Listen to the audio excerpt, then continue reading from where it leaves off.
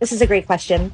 This commenter says, what do you recommend for people who live in busy cities? Obviously, I'd love to give my dog a radius to sniff, but that would put her in the street half the time. I'm Gabrielle Johnson. I'm a certified dog behavior consultant with a bachelor's degree in psychology and sociology, and I specialize in aggressive behavior and nervous system dysregulation. So this comment is on a video where I was talking about putting your dog on a long line, 10 or 15 feet, and allowing them to kind of sniff around that area. And at first they might keep trying to pull forward, but what you want them to do is kind of go, oh, I guess I'm here, and start investigating what's actually around them.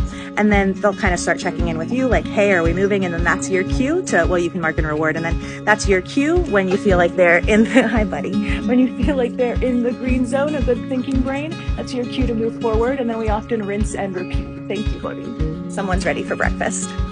This is often being done alongside some other techniques to help the dog calm and relax, like pattern games, engage, disengage, find it's. It can really depend on what we're there for, what's going on with the dog, a functional analysis of their hyperarousal. So now that we're all caught up on that, the first thing I want to say is that is not the only way to do things. And so it may be that a different technique is needed to help your dog learn to process what's happening in their environment. Or, right, we always need to dig deeper and say, why are you pulling and going really fast?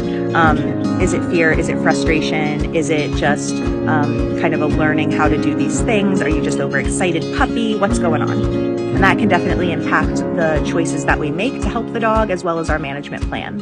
So as always, this is not about any specific dog. Follow your management plan. Keep your dog safe and under threshold.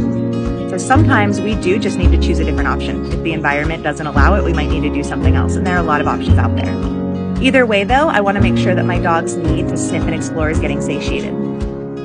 I love using AllTrails to find a lightly trafficked trail, or going to sniff spots, or swapping yards with a friend. But I acknowledge that a lot of these things require privilege: green space privilege, financial privilege, transportation. And in a city, green space can be hard to come by.